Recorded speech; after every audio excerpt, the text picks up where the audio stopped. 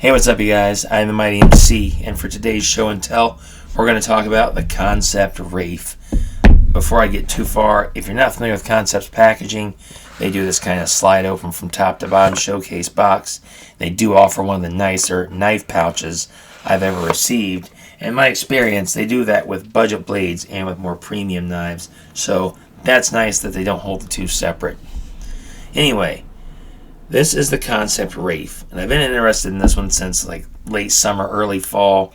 Somebody did like a flyover at one of the conventions with their phone, kind of a quick run by, and I saw this one, and in that video, of course, you can't tell the materials, the size, any of that stuff. So I was hoping it would be bigger, but whatever, we'll get to all that.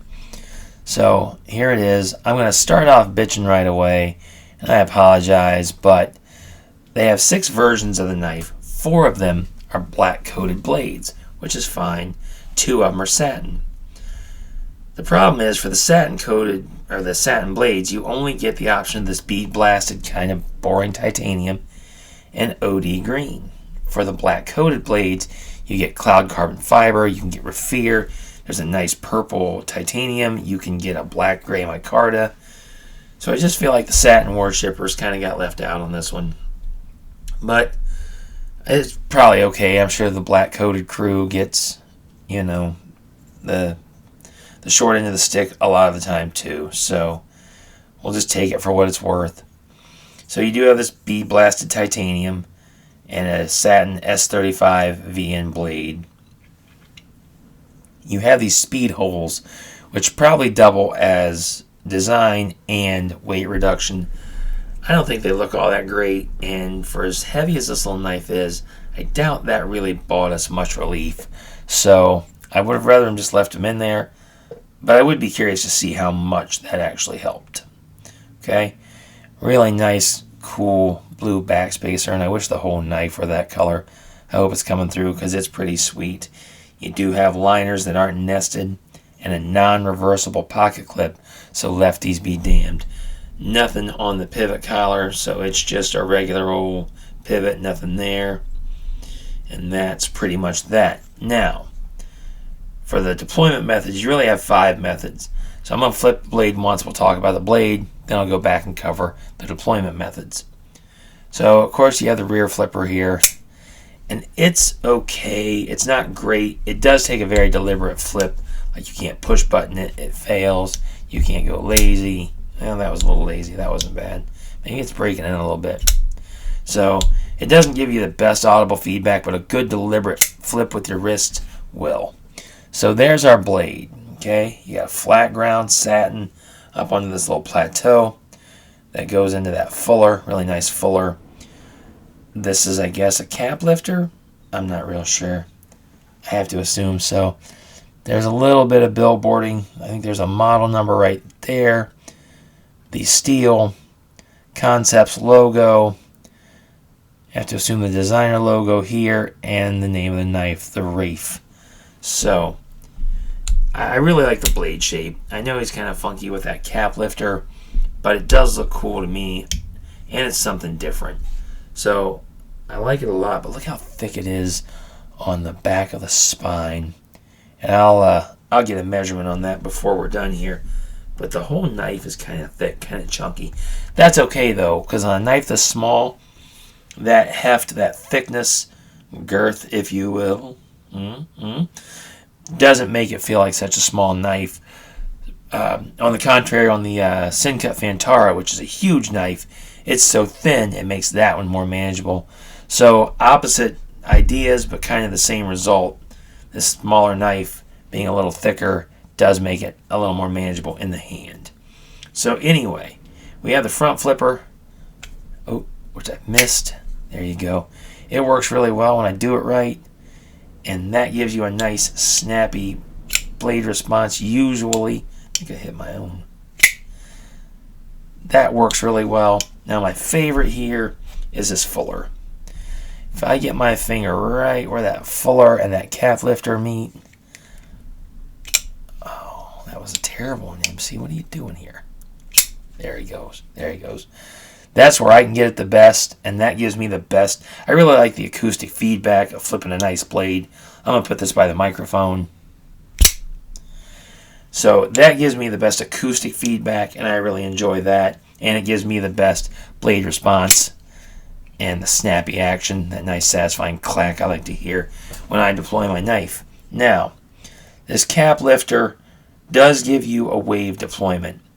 Takes a little bit of effort, a little bit of a learning curve, because if you have like I have Kershaw waves and they're very prominent, this little piece sticks way up and way out, so it's almost hard to miss. This is a lot more in line with the curve of the knife, so it's not as prominent. You don't have as much room, but after just a few minutes, and certainly if you carry it every day, you'll get that easy. I can flip it with my thumb, but it does take some wrist. It's not the most intuitive thing. I can get it, but I would never do it anyway. It's just not what I think the design wants. I can slow roll with my thumb very well.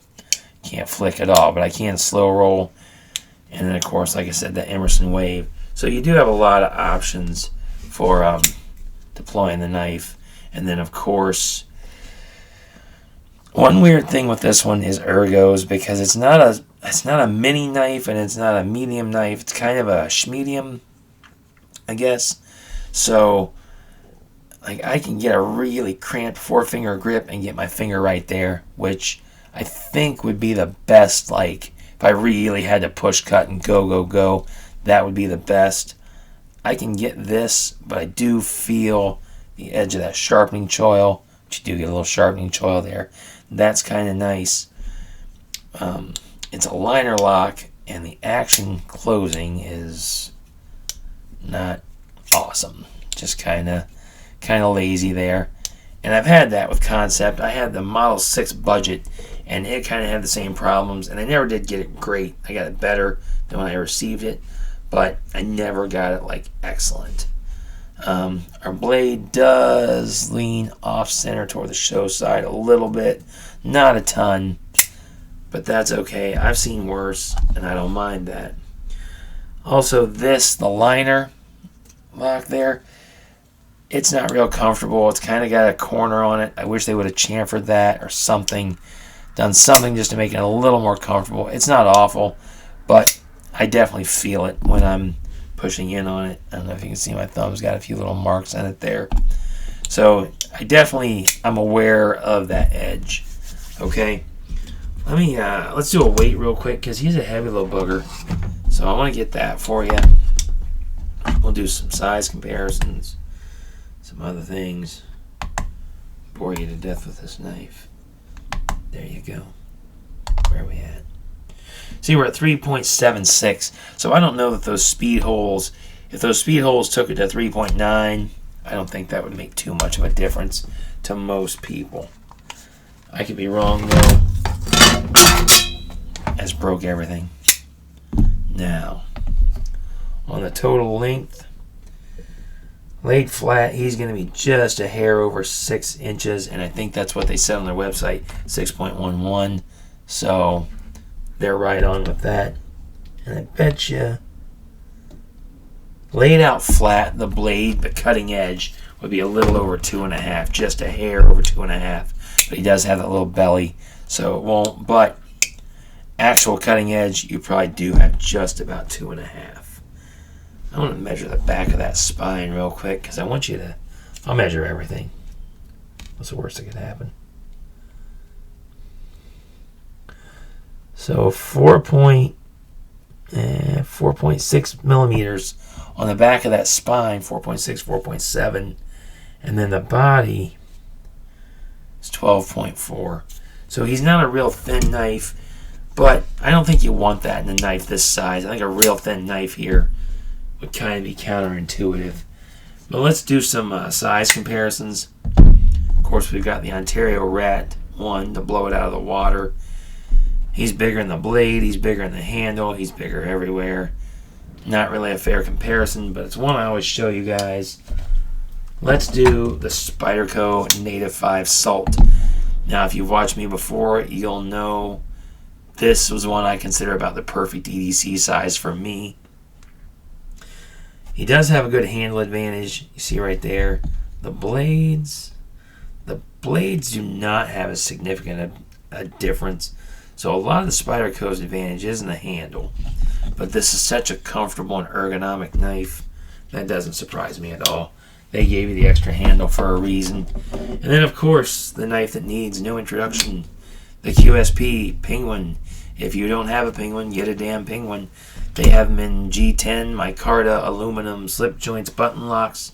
You name it, they got it. Unless you want an axis lock, they do not have that. But, again, you can see a significant difference in the handle and much less so in the blade. There still is some, but it's not nearly as prominent as the handle. And they're calling this a modified Wharncliffe, which, you know, with the modified Wharncliffe, the sheep's foot, the modified sheep's foot, the modified whatever, that all gets a little muddy to me, to the point where I don't even care. It's just cool looking blade. We're going to cut something. We should probably cut something. Do I have something to cut? Gotta be something around here we can cut. Aha!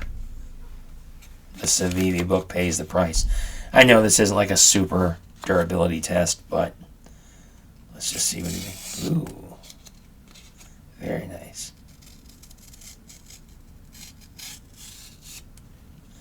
So, yeah, he came plenty sharp, and all my Kansepts have. I have the Fenrir, I have the 20CV Model 6, I have the 154CM Budget Model 6, and I have the Kansept Convict, and they've all come really nicely sharpened. So that's what we have here, guys. So here's where we're at, right? Let's finish this up and get you guys out of here. I love the knife. The action's good enough for me. I like the profile. He's kind of like a fifth pocket knife on steroids. I would have liked him just a little bit longer.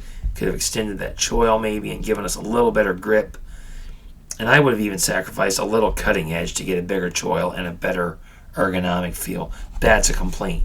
Right here, they should have done something with that. That's got a sharp edge on that liner lock. That's a nitpick. Speed holes, I don't really care. That's not enough to nitpick. The cap lifter, it looks cool, I guess. I would never use it. I would have preferred just that blade there and let this floor go all the way up. But that's why I don't design knives, I guess. So, other than those things, my last nitpick is the price. I love the knife. I think it's a fantastic little knife. I think you'll like it. I enjoy it. I enjoy carrying it. It's $150. Now, I learned if you put something in your cart at Kansept and you wait, they'll send you like a 10% off coupon, so I ended up paying like $135. But even that, it's just not there. There's too much better on the market. And I love this whole thing. I really do. I think it's a great knife. And at $120, I recommend it all day. S35 VN is no longer a highly sought after steel. A lot of people I know don't think it's a whole lot better than 154 CM. So that titanium's come down some. I just think they're batting hard for kind of a niche knife, and maybe that's why. I know it's kind of a niche thing, but I think at 120 this knife's a real winner. I think at 150 with what Max Ace is doing out there, Kubi, some of the stuff they're doing, get M390 in this price range with them, and I just think they're a lot better. If this were 20 CV, I'd take it to go 150 all day. I wouldn't have a problem with that. But I just think there are better options. So as much as I love this little guy, as cool as I think he is, you can do better, guys. But if you do like this one, I'll leave links in the description of where I got mine, which is just the Kansept website. But I am the Mighty MC. This is the Kansept Rafe. And thank you guys so much for watching. I'll talk to you soon.